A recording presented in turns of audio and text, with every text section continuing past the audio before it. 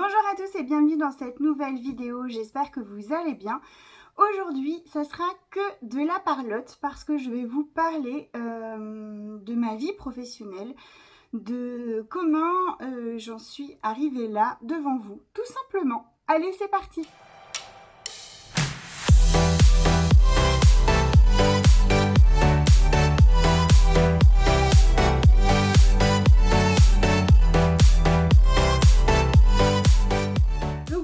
Me voilà devant vous, j'ai fait des petites notes pour avoir un fil conducteur. L'idée c'est que cette vidéo ne dure pas des heures et des heures, qu'elle soit plutôt fluide pour que vous puissiez en savoir plus sans pour autant vous prendre la journée à me regarder.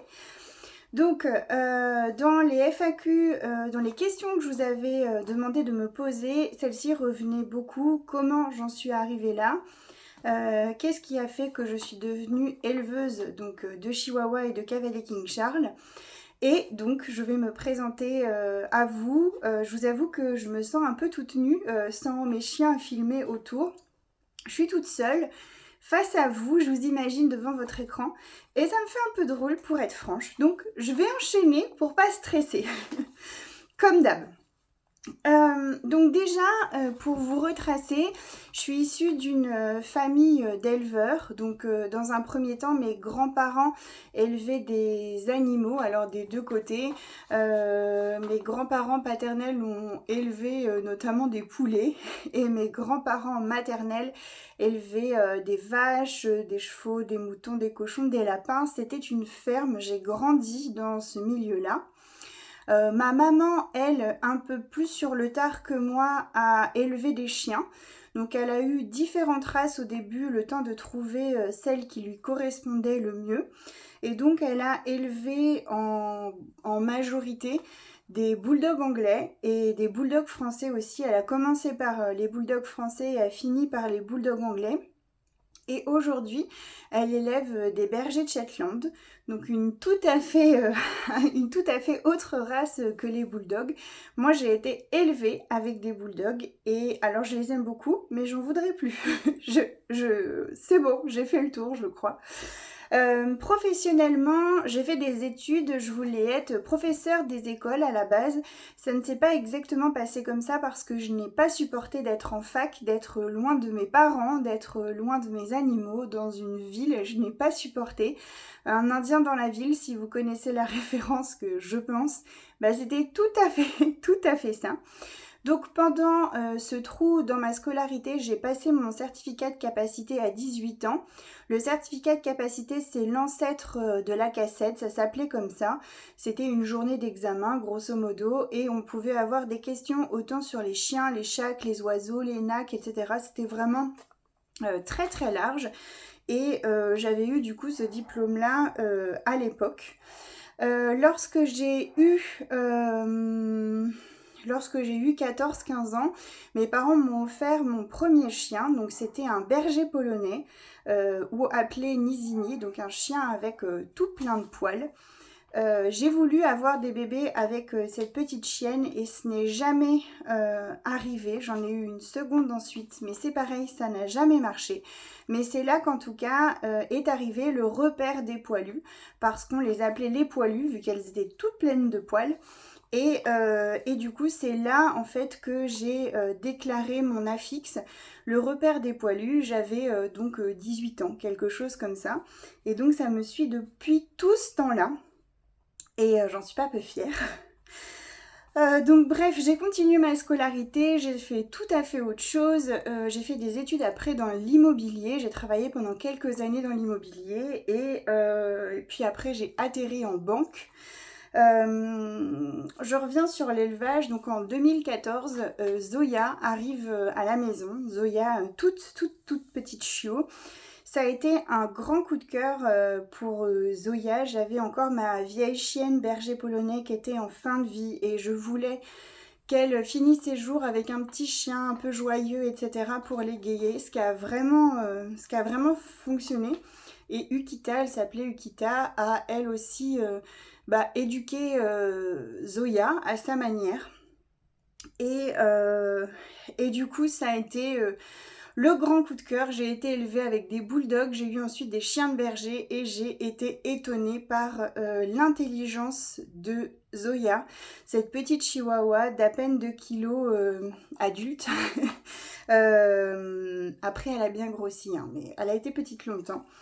Était d'une extrême intelligence, il n'y avait pas besoin de lui expliquer quoi que ce soit, elle comprenait tout. Et vraiment, c'était, ça a été the coup de cœur. Donc voilà, Zoya arrive en 2014. Pour tout vous dire, Zoya est arrivée de Pologne. Moi, ma maman parle très bien polonais. Mes grands-parents étaient tous les deux polonais. Et à l'époque, je ne trouvais pas de chichi en France. Tous les éleveurs, en fait, étaient pas très sympas, pour être franche. Et donc, du coup, on s'est tourné chez une éleveuse qui était pas loin de là où était la famille polonaise dans laquelle on allait chaque année. Et ça s'est fait comme ça, je l'ai vue. Et je suis repartie avec quoi. Clairement, je suis repartie avec cette petite boule de poils noirs. Et donc à cette époque-là, on a Perle et Rose qui sont déjà nés. On vit dans une annexe en fait à côté de chez mes parents. C'est un appartement qu'on a rénové. Et en fait, ma maman est à ce moment-là assistante maternelle. Donc à chaque fois que moi je pars travailler, je dépose donc Rose, Perle et Zoya chez elle chaque jour. Donc en fait, on a notre petit rythme, notre petit train-train comme ça et tout se passe bien. En parallèle, on a construit nous-mêmes notre pavillon et donc en 2015, on déménage dans notre pavillon et Zoya se retrouve toute seule toute la journée parce que les filles sont scolarisées et elle a que Perle qu'une après-midi. Et Zoya pleure, elle hurle à la mort toute la journée parce qu'elle est toute seule. Et elle veut plus manger, elle est vraiment pas bien. Ukita nous avait quittés précédemment. Et donc, il n'est même pas question de la laisser comme ça. Donc, je cherche sur le Bon Coin à l'époque un chihuahua autour de chez nous. Peu importe le sexe, peu importe la couleur, peu importe, je m'en fiche. Je veux un chien pour tenir compagnie à Zoya. Et maman me dit à l'époque, peut-être que tu ferais mieux de prendre un garçon pour éviter les frictions, parce qu'entre mes deux chiens de berger, il y avait eu beaucoup de bagarres. Et elle me dit peut-être tu devrais prendre un mâle, ce serait plus simple, voilà. À l'époque, le projet d'élevage n'est pas forcément très fondé dans ma tête. J'ai ça quelque part, mais je cherche pas un chien d'élevage, je recherche un compagnon pour Zoya. Et donc Jedi arrive dans nos vies. Jedi a 18 mois à l'époque et c'est l'amour fou entre les deux. Je me dis, allez, pourquoi pas faire une portée à Zoya. Et c'est là qu'en 2016, on a nos premiers bébés chichi qui arrivent. Nos tout premiers bébés, ils étaient faux charbonnés. Je me souviens de ce moment-là comme vraiment un miracle. D'ailleurs, il y en a un dans le lot qui s'est appelé comme ça. Et c'était franchement magique ce moment-là, enfin je sais pas, ça m'a fait une émotion folle. Et je sais pas, il s'est passé clairement, il y a eu un déclic dans ma tête. Et je savais que j'aurais toujours des bébés poilus à la maison. À ce moment-là, de faire un élevage et d'en vivre, etc., c'est pas du tout le projet. Je travaille à côté, on a nos enfants. Et on va avoir pendant très longtemps 1 à 2 portées par an. On va avoir de plus en plus de chichis parce que Wendy arrive, Nala arrive, on a de plus en plus de chiens, on en a vite 5-6. Après on déménage dans cette maison-là en 2017, donc il y a beaucoup plus de place. Et on arrive vers 7 chiens, quelque chose comme ça, qui vivent comme aujourd'hui à la maison, sauf qu'il y avait beaucoup de travaux, mais ils vivent comme aujourd'hui. En parallèle, je continue de travailler en banque. Donc je ne suis pas là pour descendre cette profession, mais moi ça ne me convenait absolument pas. J'y étais très malheureuse, je déprimais, je faisais des crises d'angoisse. C'était pas fait pour moi. C'était vraiment pas fait pour moi. J'allais au boulot en pleurant, je revenais en pleurant. C'était la misère. J'ai tenu pendant 10 ans quand même. Alors pendant 10 ans, ça n'a pas été la catastrophe, mais ça a été quand même souvent la catastrophe en fonction des équipes qu'on avait et surtout des directeurs. C'était là où ça allait beaucoup moins bien. Et bref, j'étais pas forcément très heureuse dans ma profession, on va dire ça comme ça, même si j'ai rencontré des collègues génialissimes. Et d'ailleurs si Popo et Momo vous passez par là, je vous fais plein de kiss love, bisous d'amour. elles ont été ma bouée, ma bouée vraiment de sauvetage pendant un petit peu, pendant que j'étais dans ce travail-là. Et en 2022, il se passe quelque chose de très compliqué à gérer chez nous. En fait, ma meilleure amie décède. C'est le passage que j'appréhendais, évidemment. Donc, ma meilleure amie, qui était une femme d'une gentillesse à toute épreuve, qui était merveilleuse, et elle me disait sans arrêt, t'es malheureuse dans ton métier, t'es pas bien dans ce que tu fais. Lance-toi, t'es bien avec tes chiens, quand t'es avec, tu rayonnes. Lance-toi, lance-toi, lance-toi. Et donc quand elle est partie, elle est décédée du jour au lendemain. Et je me suis dit, il faut que je fasse quelque chose pour elle, entre guillemets. Enfin, c'était quelqu'un qui bouffait la vie, elle était toujours de bonne humeur, elle était toujours souriante, elle était toujours à vouloir aider les autres, elle était ma meilleure amie. Elle devait être ma témoin à notre mariage, elle était aussi la marraine de Perle. Et du coup, je me suis dit, il faut que je garde quelque chose de sa manière d'être et de le mettre dans notre vie à nous. Alors, je sais pas trop comment exprimer ça, mais en gros, que je prenne un peu d'elle et que je le mette en application. Et je me suis dit, voilà, professionnellement, il faut que je mette un coup de pied dans la fourmilière. C'est pas facile quand on a nos habitudes, notre petit train-train, mais il faut que je fasse quelque chose pour elle et pour moi, du coup. Donc j'ai quitté mon travail. Ça a été compliqué aussi cette période parce que ça a été vraiment la guerre. J'ai quitté mon travail et je me suis lancée dans l'élevage. À temps plein.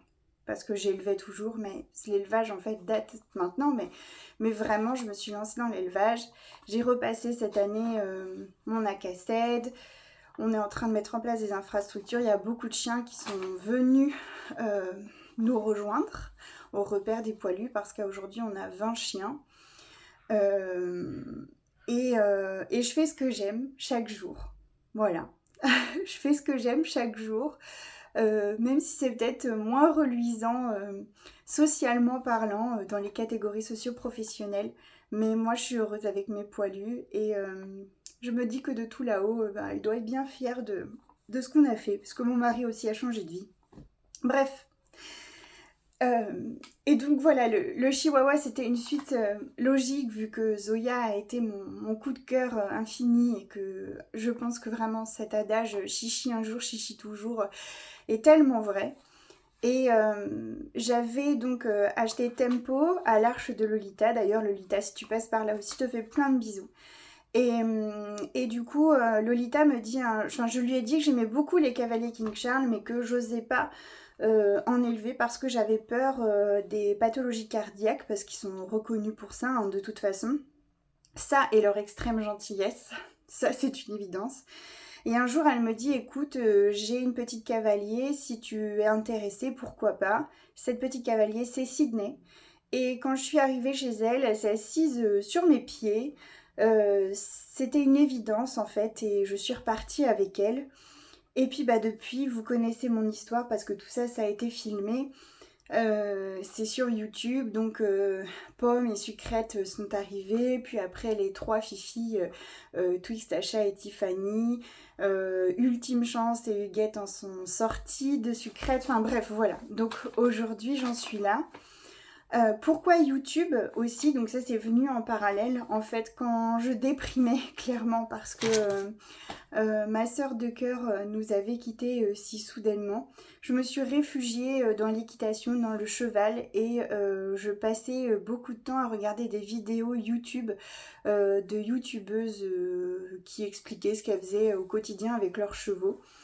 Et je me suis dit, pourquoi pas, comme ça me permettra de montrer que d'être éleveur, c'est pas maltraiter ses chiens, c'est d'en prendre soin, c'est de faire ça dans leur respect, etc. Et du coup, c'est devenu, ça fait partie de mon quotidien. YouTube, vous faites partie de mon quotidien. J'ai fait énormément de belles rencontres grâce à YouTube.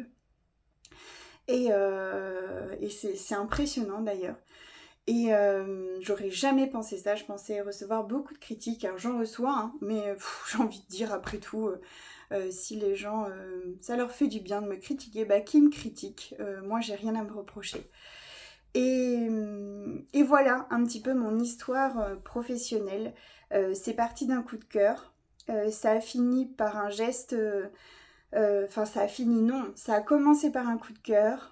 Ensuite, ça a été poursuivi par un signe du destin. On travaillait beaucoup avec mon mari, on voyait pas nos enfants, on brûlait la vie par les deux bouts et le fait d'avoir perdu notre ami, ça nous a fait prendre conscience qu'on avait peut-être un chrono au-dessus de la tête et qu'il fallait faire pour lequel on était fait et ce qu'on aimait faire dans la vie. Donc nous, notre famille et professionnellement ce qu'on aime faire aussi. Et, euh, et du coup, ça nous a fait prendre énormément de recul sur énormément de choses. Alors, c'est moche que ce soit par la faute ou grâce à un drame qu'on ait pris conscience de tout ça, mais je pense qu'elle serait très fière de nous aujourd'hui.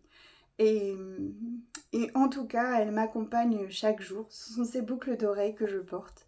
Et voilà. Je suis ravie d'être là devant vous. Grâce à elle, elle aura vraiment fait énormément de choses dans ma vie, de belles choses. Voilà. Bon. Eh bien écoutez, je pense que je vais arrêter cette vidéo ici.